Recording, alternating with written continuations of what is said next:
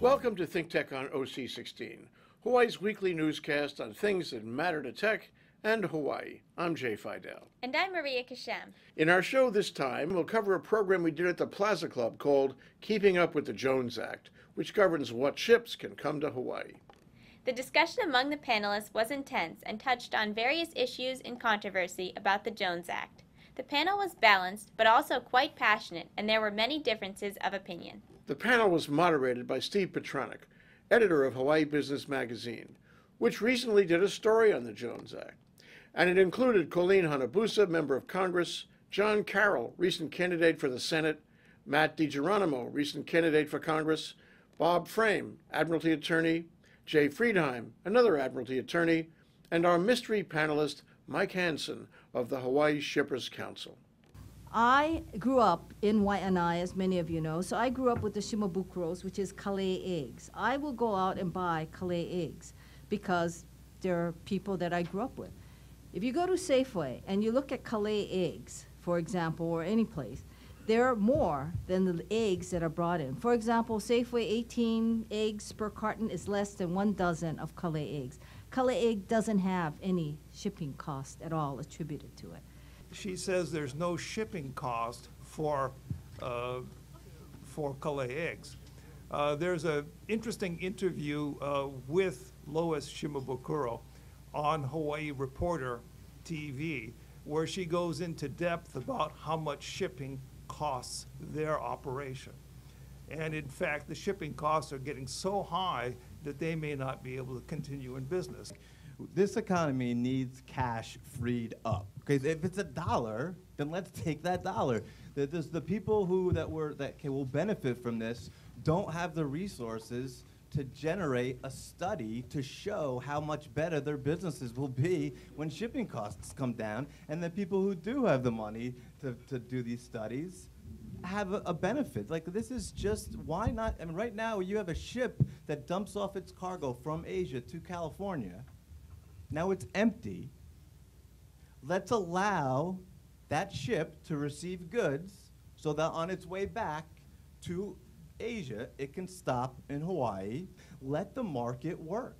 Why are we? I don't even think the dollar amount is irrelevant. All we're saying is, should there or should there not be a monopoly enforced for the state of Hawaii for a law that was originally nobody was thinking about Hawaii when they wrote this law. When the United States became separated from England, we had something called the Continental Congress. The second law passed by the Continental Congress said that U.S. flag ships had to be built in the United States and to have an American master, and imposed higher duty on foreign ships that called in the U.S. That established the United States of America's maritime industry. That was in 1789. In 1817, the Navigation Acts, Congress altogether outlawed transportation of merchandise between U.S. points by foreign flag vessels.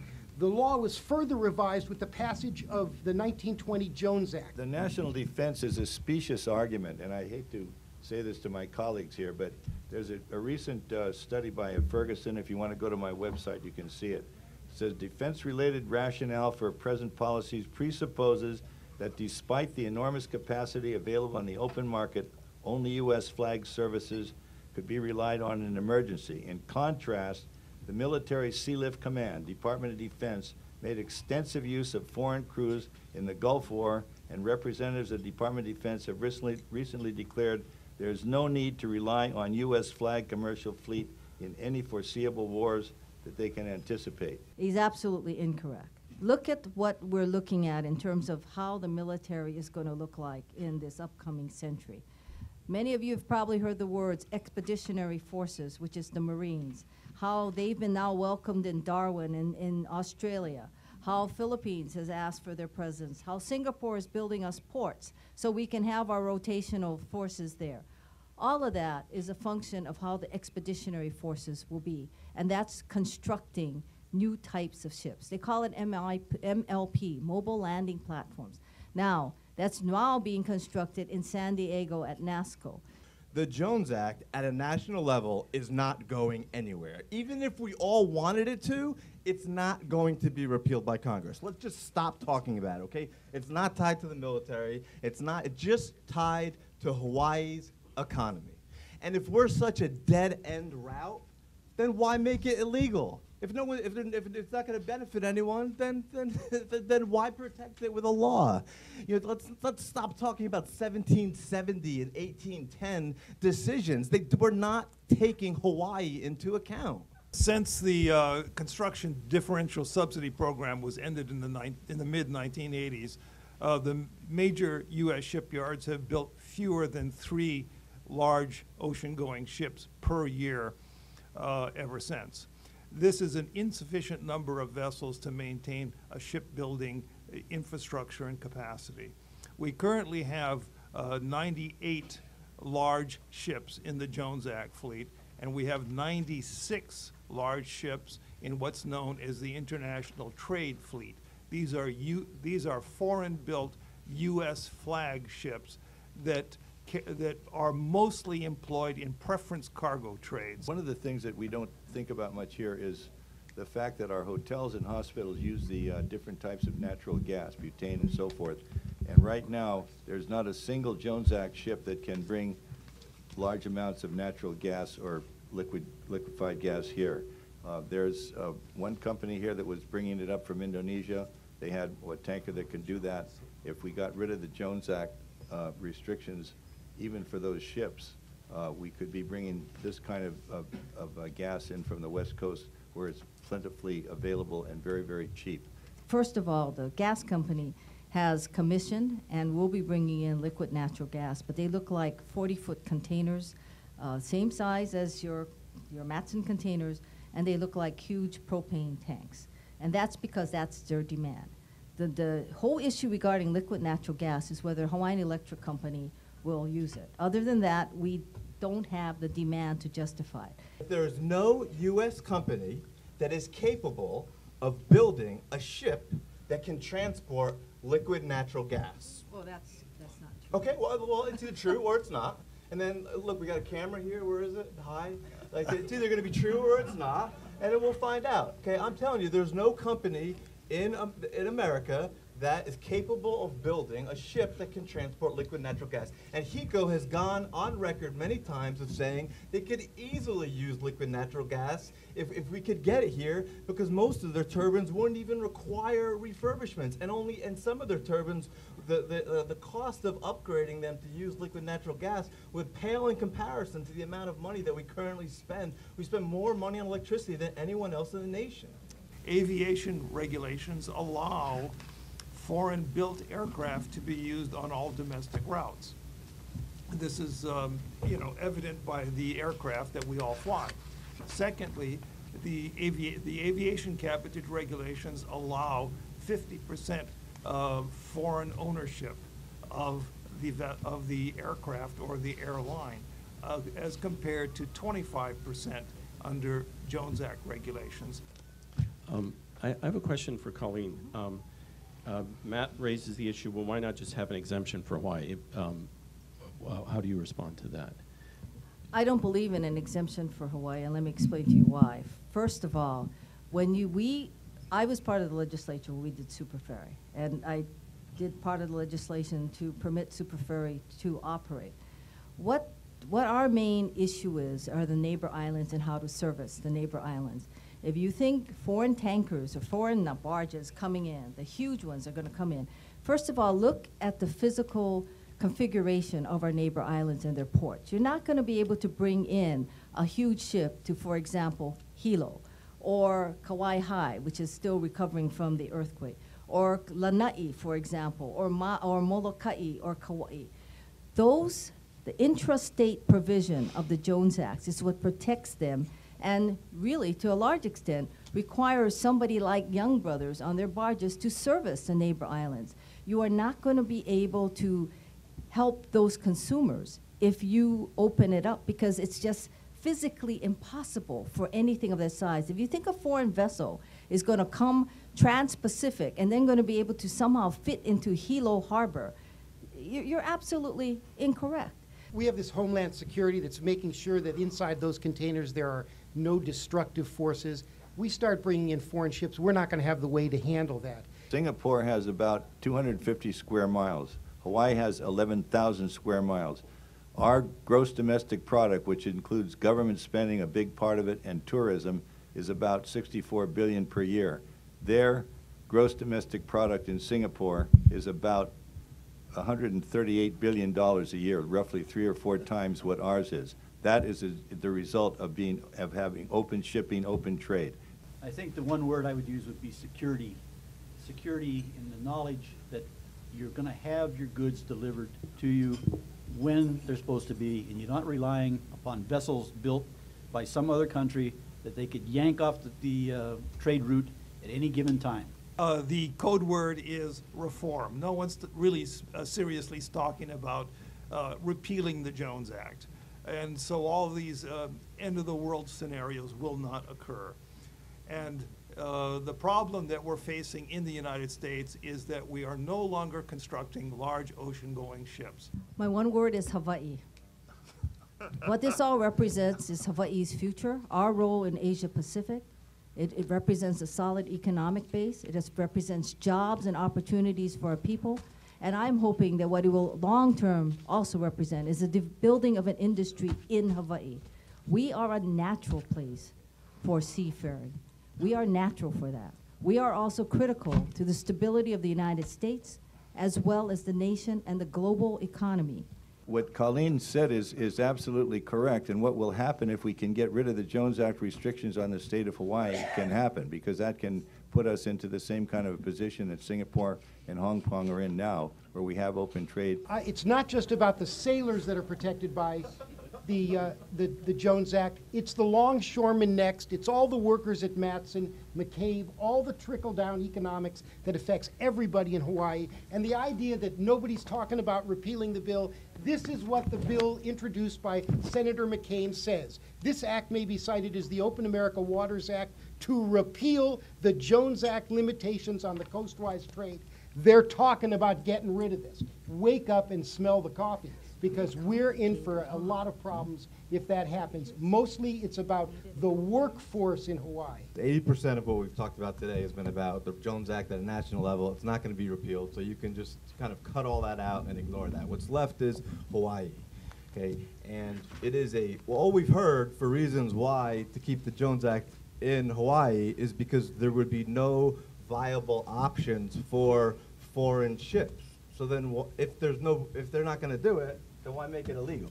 So it's a government created monopoly to protect a handful of organizations that have a heck of a lot of money to contribute to people's political campaigns. Okay, that's it. I'm going to just sum up their words: security, reform, Hawaii, screwed, saving seamen, and politics and misinformation. Thank you for attending. I've learned a lot. I hope you have. The Jones Act goes right to the heart of our economy and to our identity as an island state.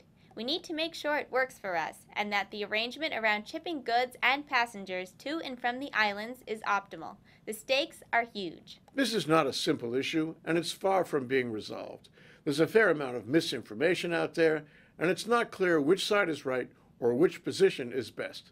But it is clear that the public needs to know more about the issue, since it affects us and our state's economy in big ways every single day. The passion of the people that are in favor of keeping the Jones Act is very obvious, and we recognize the banality of their position. Unfortunately, it's unconstitutional, but we'll just deal with it as we go. The Jones Act is something that people, they don't know about or they don't really care about. If they had listened to this, they would know why you really should care about the Jones Act. It means so much to Hawaii, and it impacts our lives in so many ways. What's really bothering everyone, and I think, unfortunately for the Jones Act, this $3,000 figure has stuck, and you never know how things stuck, and people just assume that is a fact, and it's not truly a fact. The Jones Act affects everyone. every day. And right now, in my opinion, the facts that get delivered to the public are generally the ones filtered through the big companies, the unions, and the big money in Hawaii that can influence our politicians. It was a great experience, a good exchange of ideas. I think they're all wrong, and I'm right. For small business, cost of shipping, cost of electricity, and guess what? 7 out of 10 jobs come from small businesses and innovation. And if we don't have an ability to compete, this state is in big trouble. I think we've seen a diversity of perspectives, and yet perhaps we could see the next stage, a sequel to this, that will really strengthen a commitment to solution orientation, power of positive thinking, to really strengthen the competitiveness of the 50th state. Great program, very informative. Opposing different views, but everybody's respectful. Yeah, well. Great, we live in America. Yeah. I support the Jones Act, and I think that it doesn't increase the cost of living. I've lived on many Pacific Islands throughout my childhood, and the cost of living is actually higher than Hawaii, and they don't have Jones Act. This was such an exciting discussion. I mean, you had people from all different sides of the debate. Hey, those are really one of the best discussions I've seen in a while, because everybody was passionate and they're well educated, well informed, and they're prepared to share all their information with everybody. I think you should show your people what those fishing boats are. People should go and drive from Aloha Tower to the airport and look at those ships. Go to Nico's or Uncle's and look at the people that are on those ships. They're third world workers who can't get off the ship to go to the doctor. The best study done for Hawaii shows that if the Jones Act were repealed right away, that it would be a net loss to the economy of Hawaii, some $257 million.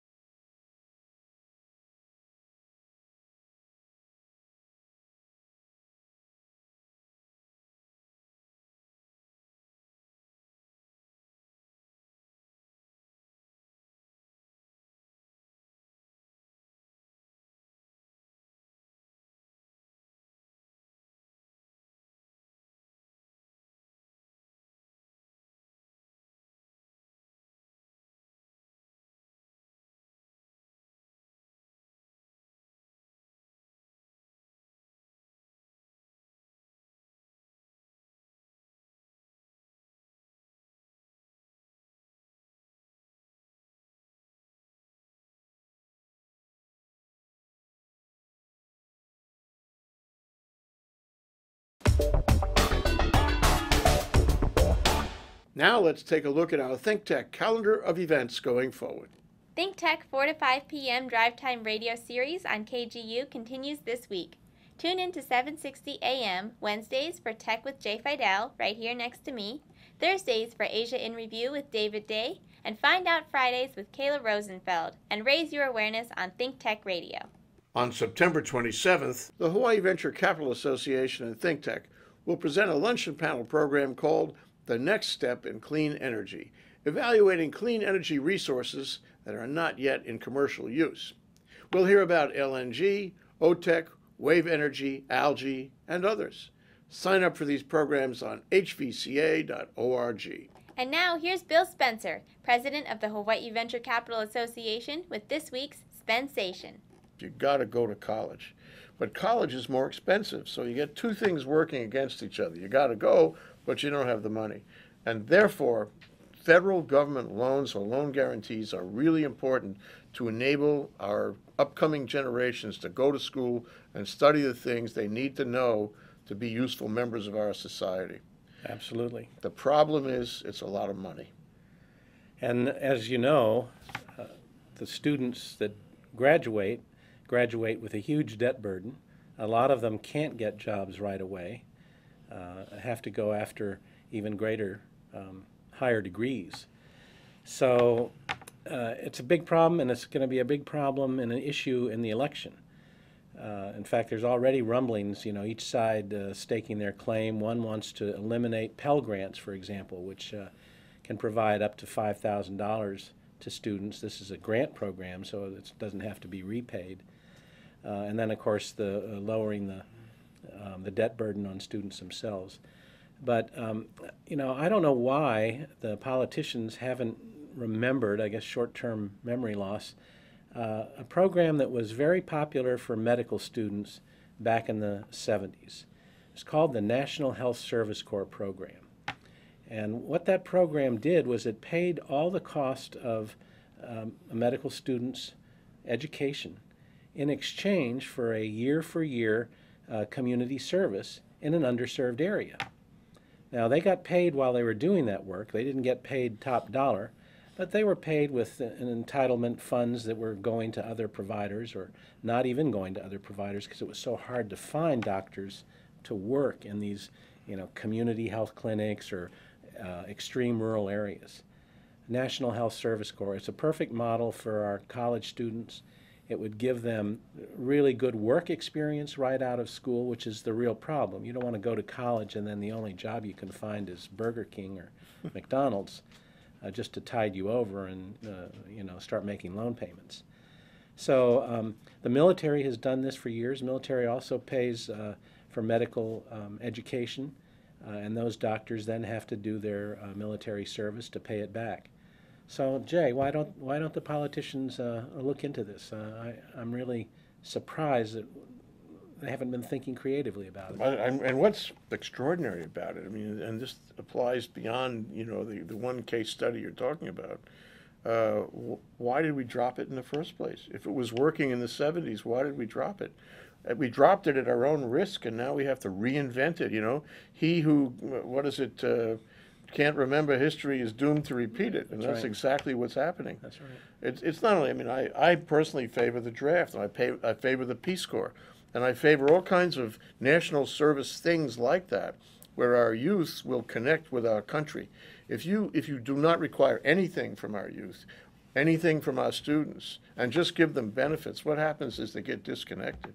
They don't right. care about the country. They get that sense of entitlement without any sense of obligation, which is not a good thing. And we have such mismatched, you know, services. I mean, everybody, you know, flocks to cities still, and those are hubs of commerce, and there's no scarcity of services. But when you get out into the boondocks and the real extreme rural areas, and some of those are like our own neighbor islands that are really severely hurting for medical service providers. So I think this is a way that would really work. It would also allow some infrastructure help. I mean, planners, civil engineers, all those types of skills that are going to be so important to rebuilding our infrastructure are just as needed out in underserved communities as they are in city centers. What a great idea. Don't make it a free lunch, and don't make it a straight cash repayment. Call for federal service. Call for service in the outlying communities. Call for service where it's necessary, where the ordinary market process will not deliver those services. Exactly. It's a great idea, Bill. And as personally, I commend you on the thought, and I will support you for president. It's just it's just a little late for this election. This election, maybe that's next true. time. Well, it's not my idea, actually. You know, Henry Waxman championed it back in the legislature. The National Health Service Corps, a very interesting program, and we ought to think about doing it again. Yeah, gee, I from your lips to God's ears, or at least your lips to the president's ears, whoever the president may be. Maybe, absolutely. Thank you, Bill. All right. And here's our co-working entrepreneurs, Richung Fujihira and Tony Stanford, to keep us current on their latest adventures at the Box Jelly. Well, this coming up month for September is going to be truly the Box Jelly month. And let me tell you why. We have 4 major events. We have 500 startups with Geek on a Plane coming by. We're doing Kailua grand opening. We're doing our Miss grand opening that we've been waiting on. And we have Startup Weekend coming. But first, what's 500 startups? What's Geeks on a Plane? 500 startups. 500 startups is an accelerator in fun, and it's based in California, in the Bay Area. And Dave McClure and 5 of his companies are coming out for a pitch event at the Food and Vine Festival. And they will also be coming out to the Box Jelly. Check us out and mix and mingle with a startup blender, blending local and mainland startups. So we're getting ready to host that. That's our major deadline. Like I said, for the build out, we got our AC up and running. So it'll be a startup 5, but we're moving forward. With Kailua, we're just finishing all the groundwork, literally the tiling and the AC itself. So now we got to furnish that bad boy, but that's coming on the 14th. And then the what are we doing special for our grand opening, for the Box Jelly opening? It's a good question. We'll keep it a secret. Yeah, we'll keep it, well, let you guys know the promo will end after the grand opening. Promo will end. So that promo, again, is for 3 months at $25 for the no limit plan. Good plan. And then, well, startup weekend's coming back. Startup weekend is coming back. So the last weekend of September is startup weekend. So we'll be having 54 hours of straight startup building madness. Red Bull chugging, startup making.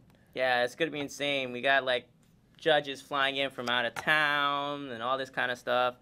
Wetware Wednesdays that week is gonna be at the Box Jelly as well. So it's gonna be a pretty intense time. This month will be all things Box Jelly. So come by, check us out, write an email, get involved. Come on by, a place to work. Place to meet. A place to build. Box Jelly. Work the way you live. .com. We'll be right back to wrap up this week's edition of ThinkTech. But first, we want to thank our underwriters. Thanks to the Scheidler Family Foundation, which supports a number of educational, cultural, and charitable organizations, including ThinkTech. Hawaiian Electric Company and its affiliates MECO on Maui and Helco on the Big Island are deeply committed to the communities they serve. Galen Ho is a senior executive of BAE Systems, a global defense, security, and aerospace company, and CEO of CBI Polymers, a tech company in Hawaii. The High Tech Development Corporation, the state's leading technology agency, attached to the Department of Business, Economic Development, and Tourism. Castle and Cook, Hawaii, with a time-honored legacy that spans more than 160 years and revolves around its mission of investing in Hawaii, creating communities, and providing for the needs of our state. Okay, Maria, that wraps up this week's edition of ThinkTech. Remember, you can watch ThinkTech on OC16 several times every week. Can't get enough of it, just like Maria does. For additional times, check out OC16.tv. You bet, Jay. For lots more ThinkTech videos and for underwriting and sponsorship opportunities on ThinkTech on OC16, visit thinktechhawaii.com. Be a sponsor or a volunteer and help us reach Hawaii. I'm Jay Fidell. Thanks so much for joining us on ThinkTech. You can watch this show throughout the week and tune in next Sunday evening for our next important weekly episode. Aloha, everyone. I'm Maria Kashem. Aloha, everyone.